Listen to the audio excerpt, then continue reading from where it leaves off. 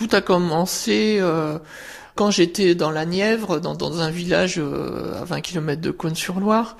Et puis j'avais le projet d'un grand voyage. Donc il s'est avéré que c'était la Chine. Ça me plaisait déjà au départ. Donc j'avais fait un premier voyage en Chine de 3 mois.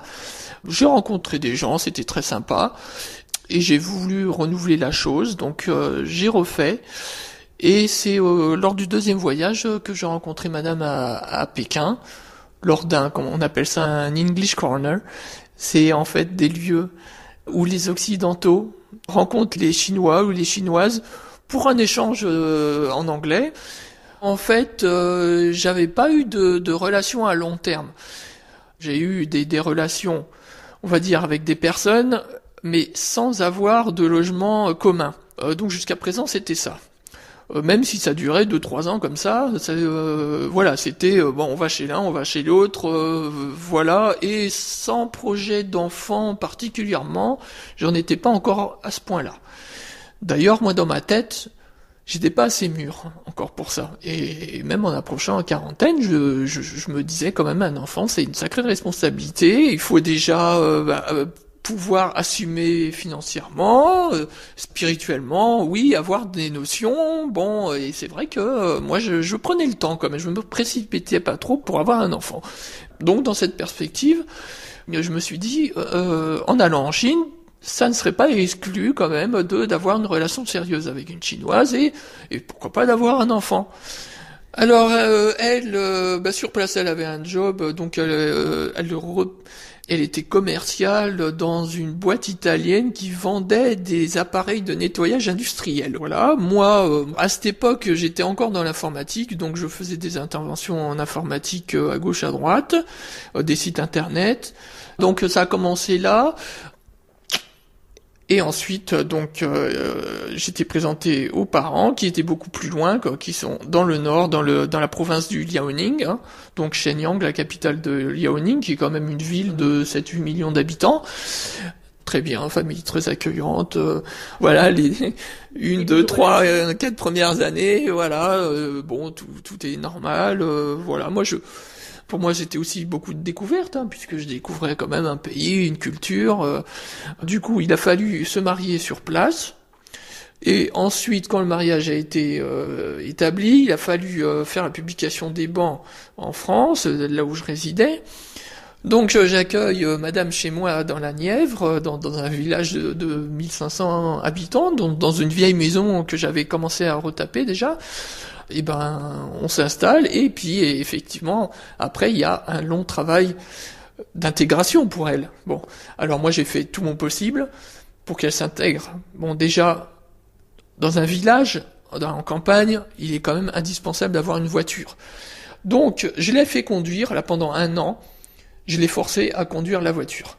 Même si elle voulait pas en général, elle était très réticente. Bon. Et ensuite, il a fallu qu'elle passe son permis. C'est reprise à 4 fois quand même. Je comprends que c'est pas facile. Elle a passé le code 3 fois, et puis à la 4e, à la conduite, ça s'est bien passé. Elle s'est mise au français très bien. Et puis le travail. Voilà, elle a trouvé rapidement un travail. Bon, voilà, elle s'occupait du lavage du linge et puis aussi après un peu du ménage dans une colonie de vacances qui fonctionnait 7-8 mois dans l'année en fait. Ce qui lui permettait d'ailleurs de repartir en Chine chaque année pendant l'hiver.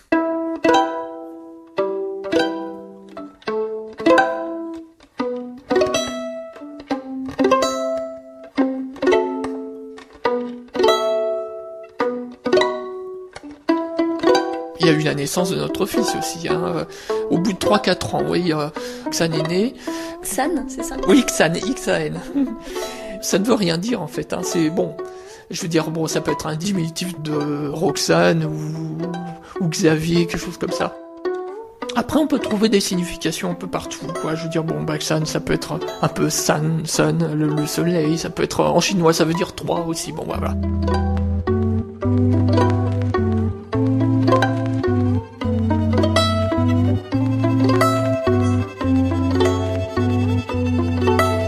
La naissance d'un enfant, en plus c'est le premier, ça a été effectivement un chambardement. il a bien fallu retrousser les manches pour se préparer à cela. Donc, au niveau de la maison, j'ai fait une pièce, une chambre, j'ai fait sa chambre entièrement, du sol au plafond. Et donc, quand il est né, évidemment, j'étais très content, hein. C'est une fierté. C'est aussi un sentiment de responsabilité, donc une nouvelle responsabilité. Donc effectivement, c'est un peu une rupture dans la vie instable que j'avais avant. Après, donc Madame travaillait pendant la journée, moi le matin je le gardais, je jouais avec lui, on faisait des choses et puis je l'emmenais l'après-midi à la crèche.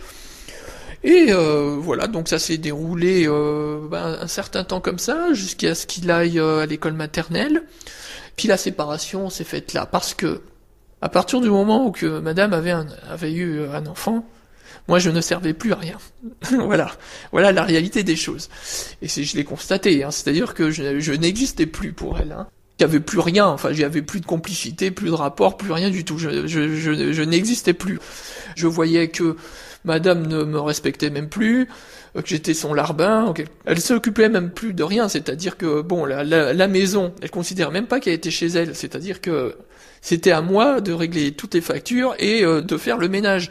C'était une cohabitation. Donc, au bout d'un certain temps, j'ai observé tout ça quand même, et puis je me suis dit, non, c'est plus possible.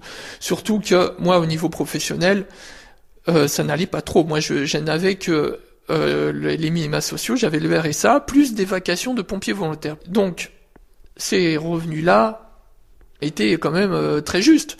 Pour moi, il n'y avait pas d'autre alternative que d'arrêter là les choses. Donc, j'ai dit, je me sépare, je vends la maison, je fais ma vie ailleurs, et voilà, elle a qu'à se débrouiller. Ça, c'est fait fin 2014, après 6 ans de mariage. Ça n'avait 2 ans. Moi, je suis parti, parce que ça ne pouvait plus continuer comme ça. Je me suis pas voilé la face, hein. Je me suis pas dit que ça allait revenir normal. Et c'est vrai que c'était un peu un déchirement par rapport à mon fils, parce que j'étais plus avec lui, je partais. Je veux dire, c'est vrai que ce côté-là était pesant, jusqu'au jour où Madame devait partir. Et sa mère était gravement malade. Et là, elle m'a confié Xan, notre fils.